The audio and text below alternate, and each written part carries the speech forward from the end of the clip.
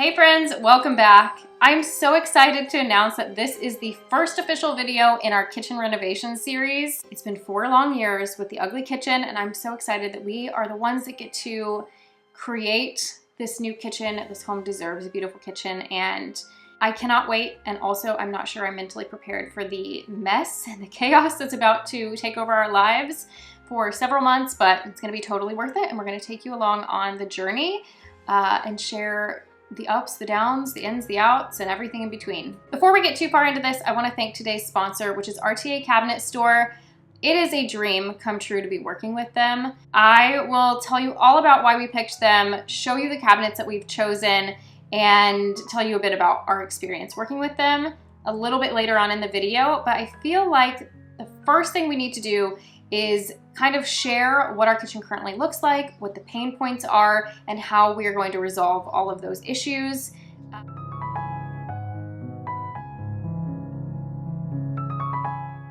So here's the current layout for the kitchen. As you can see, it's not a huge space. We've kind of got this main area, and then we have a small kitchen nook off to the side. Lots of doorways and doors in this space, so this was kind of a tricky layout to try to reconfigure. Number one pain point is this dishwasher location. It's not next to the sink.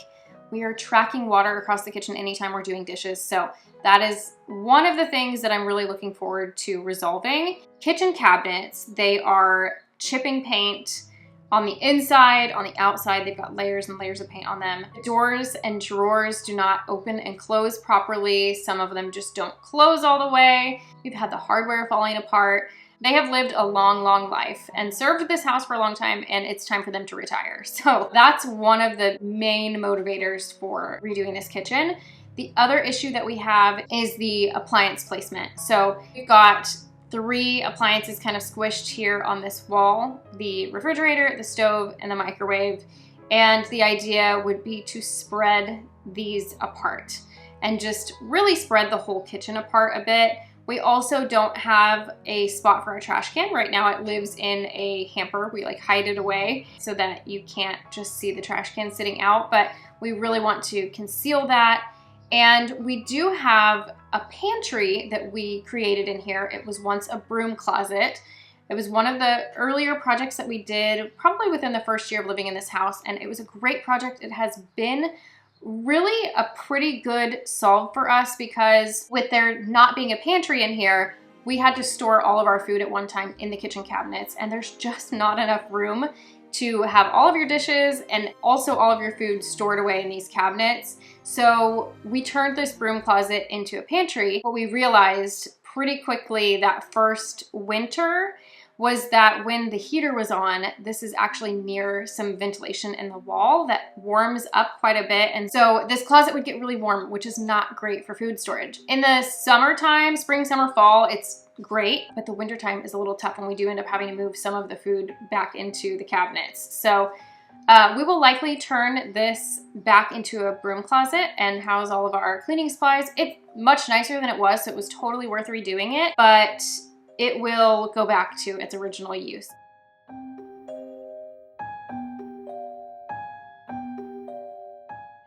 We're going to take down this wall between the kitchen and the nook and extend the kitchen throughout this entire space.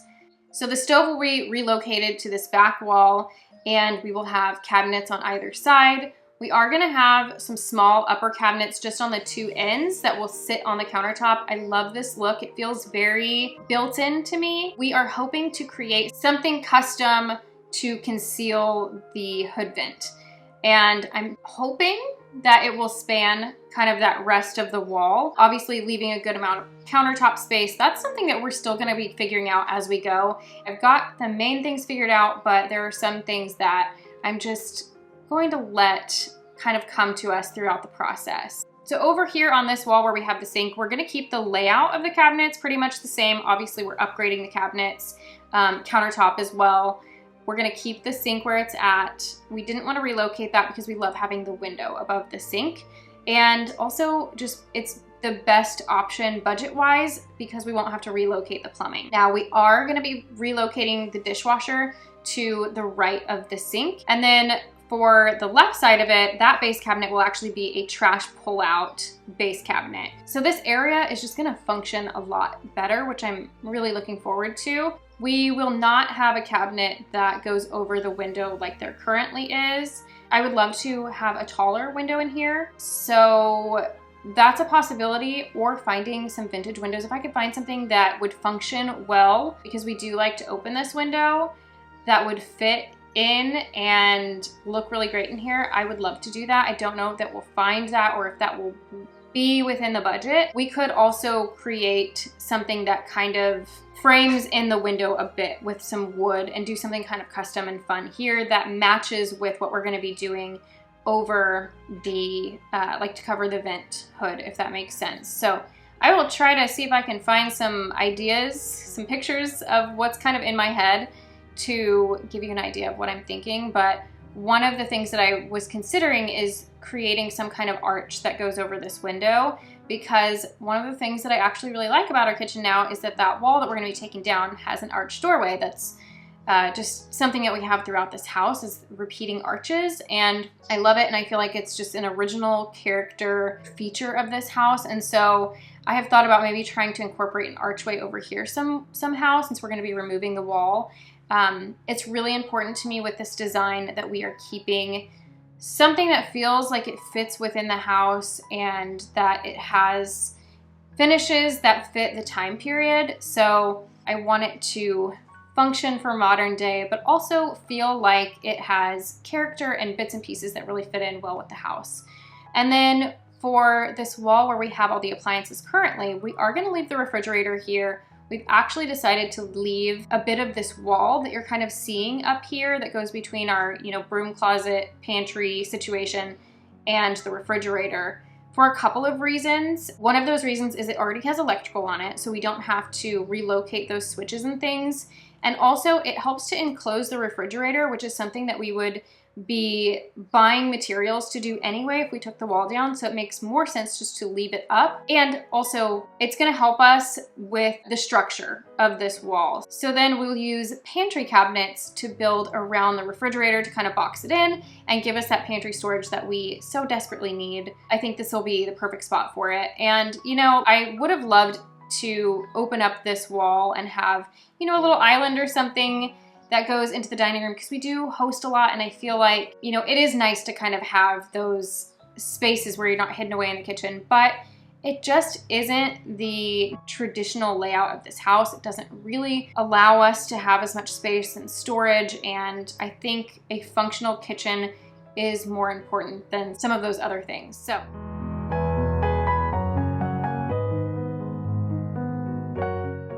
as I said earlier, I don't have everything fine-tuned, picked out. I'm allowing the design to breathe a little bit and kind of come to me as we are doing this. But there is one thing that I have completely figured out, and that is our cabinetry. When looking into kitchen cabinetry and just doing research, I found a lot of people recommending RTA cabinets, which is ready to assemble cabinets, meaning they all come in boxes, disassembled, and then you assemble them yourself. And the benefit of that is that you save money. And that's when I discovered RTA Cabinet Store. Now, the wonderful thing about working with RTA Cabinet Store is that you get a free kitchen designer, and that was incredibly helpful in coming up with the layout. So shout out to Kristen. She was our kitchen designer, and she was so patient with me and so open to any ideas that I had, and also really helpful in kind of solving some of the issues that we were running into. We do have kind of a tricky layout with all of the doorways and the doors.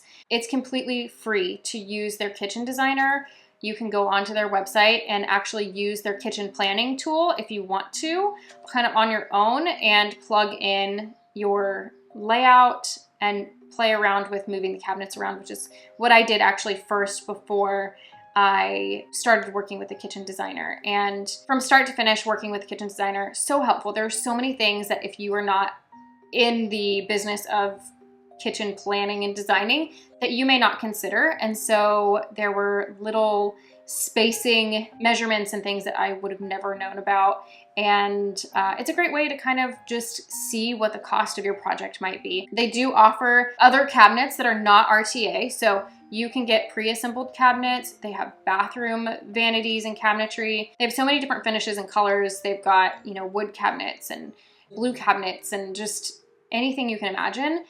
And my favorite thing is that they have 3-day shipping. I think this is a huge benefit. It's a guaranteed 3-day shipping, which means we are not storing them around here before we're actually ready to install them. We can get our kitchen to the point where we know in a few days we're going to be installing cabinets. We can go ahead and put that order through and know exactly when to expect our cabinet. So I think that's a huge benefit to using them. So I got 2 different samples from them. They're both part of their Weston Shaker line. This one is in the color sand. This is trending right now. Like, all of the new kitchens that I'm seeing being put in are really soft, kind of muted neutral tones like this. So this is definitely what you're gonna see a lot of. I think it's gonna stick around too. This is a lovely neutral. Definitely order samples because obviously lighting can really impact like the colors that your cabinets are gonna pull. And in our kitchen, this felt a little bit on the gray side, but again, I think it really depends on the lighting. It's a beautiful neutral tone. But ultimately, we chose to go with the white. Love a classic kitchen, and I want it to be timeless. I want it to live on for years and years and years. So we went with white. I don't like really bright, cool toned whites, but this is a nice neutral, and I'm gonna show you a sample of something else that I got that was way too bright white, and you can kind of see the difference between the two. So now I think you can see this has a lot of that like really bright white blue undertone to it. And this is a nice neutral. It does not lean yellow. It really is just a perfect neutral white. So when you're looking for cabinets, obviously they need to look good, fit the style of your kitchen, but you also want something that's really high quality and that's gonna last a long time. And these are all made out of hardwood and plywood, so you're getting high quality materials. And all of their cabinets have dovetail joints and soft close hinges and doors, which it's just such a nice added benefit. Right now we are slamming our doors closed to get them to like stay closed sometimes. So that's gonna be a really nice change for us specifically, but I think just overall a nice benefit. So far our experience has been wonderful working with them. I'm so excited to get our cabinets and get them in and show you guys how we like put them all together and assemble them and just what that whole process is like. So if you are thinking about updating cabinetry throughout your home, definitely check out RTA Cabinet Store. I will leave all of their information down below in the description box, as well as that code for 2 free samples. As I said, even if you just want to kind of price out what a project would be and what a layout would kind of look like, it's definitely worth getting with one of their kitchen designers and getting an idea of what your project might cost. So thank you again to RTA Cabinet Store for sponsoring today's video, and let's talk design. One of the things that we don't know for sure yet is what we're gonna do for flooring. Depending on what's underneath the current flooring will determine what we're gonna put in this space. So the one thing that I do know is I want it to feel historic, whatever we put in, whether it's gonna be hardwoods. If there's hardwoods underneath and we can patch them and reuse them, we will. So that would be a benefit. I have a feeling there aren't hardwoods underneath them for some reason. I just don't know that somebody would cover it up with a cheap material like what's in there currently, but stranger things have happened. So we're gonna keep our fingers crossed. Obviously refinishing them would be first and foremost. My dream floors would be like the ones in this picture, which is a check pattern, but it's actually done with wood stain. And I think this is stunning and like ultimately my dream. You know that I'm loving the check pattern and I think it's just a classic. That's actually why I have these samples, because we were also toying with the idea of just doing a peel and stick for a short period of time until, you know, in a year or two we could redo the floors. But this white, unfortunately, was too cool toned. So I don't know that we will do that. We also have considered doing tile. We could do a checkered tile. That would be really beautiful. or even doing hex tile. So I don't necessarily love how frequently the black is in this hex tile, but we are considering doing black and white hex tile. I do also love the flower designed hex tile. We have hex tile in our 2 upstairs bathrooms that are original to the house. So if we were to do that, that would feel obviously very fitting for this home. The hard thing about using hex tile is it's harder to keep looking clean with all of the grout lines and things. So that's kind of lower on the list, but it's still an option. I also love the octagon and dot tile. Again, another like time-fitting option that we have. We're gonna keep our options open and just kind of assess the situation as we go, what fits with the budget. But no matter what, we know it's going to be something that feels like it has always been in this house. The next thing is countertops. And initially, when we were considering maybe doing the Weston sand, I picked up these samples. So we are now considering maybe doing a black, but I will kind of show you these because I'm not positive yet. This one is a quartz called Calcutta Goa. I don't think we're gonna do this one. I think this is my least favorite out of all of them, but Arctos, this is another one that we really liked. I do think it's important that you go and look at slabs in person if you're able to, because when I looked this one up online, the veining and stuff, like you can't see much of it in here, but it's totally different from when you're kind of seeing it in person. And the last one that I picked up, and I love this one, this was like, I think this was not the last one I picked up, but the last one I'm gonna show you. It was actually the first one I picked up, but it's Taj Mahal, and this is a quartzite. I had no idea. I'm in a couple of like kitchen groups on Facebook, and I like to lurk around and just see what people are doing. I had no idea how incredibly popular this is right now. Like everybody is putting this in their kitchen. It's beautiful, natural stone, has a lot of really soft, nice movement to it. The color is beautiful. It almost gives off kind of a taupe rather than having like a bright white. This would look lovely with a white cabinetry, so it is an option. Because it's a quartzite, it's a little bit more expensive than going with like a quartz. We are also considering doing a black countertop. So we actually currently have a like faux, so it's supposed to look like soapstone. It's laminate, I believe. But I do really like the idea of either doing a quartz or a soapstone that's dark to give like a nice contrast to the white cabinets. So that's something that we're kind of considering. I actually grabbed a couple samples the other day and I left them in my cart when we were like loading up all the other things. So unfortunately, I don't have any to show you right now, but we're gonna go physically look at a countertop store and I will take you along and I will show you the slabs and things like that so that you can see everything that we're looking at, because I don't know that we're actually going to order any from a big box store. I think we might try to order something locally. So that's kind of that. And then to embellish this design, because right now we've got a really simple base,